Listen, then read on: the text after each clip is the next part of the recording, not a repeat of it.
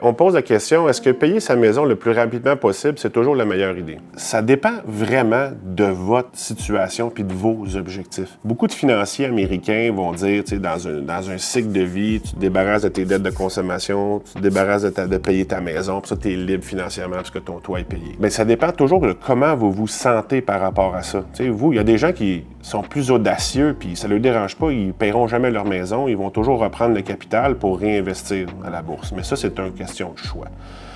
Payer sa maison, ça nous enlève en fait bien des tracas, ça nous donne une tranquillité d'esprit. Comme ça, on a juste à payer les réparations lorsqu'on vient, quand la maison va vieillir, va avoir besoin de réparation.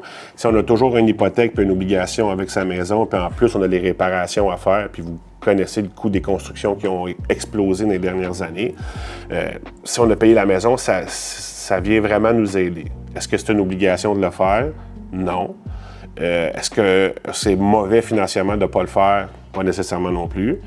Puis, comprenez, aujourd'hui, tu sais, c'est un peu la question est spéciale parce que, donc, je suis un nouvel acheteur aujourd'hui, puis j'achète ma première maison à 450 000, 500 000. Tu sais, dire qu'on va aller la payer le plus vite possible, c'était comme un peu...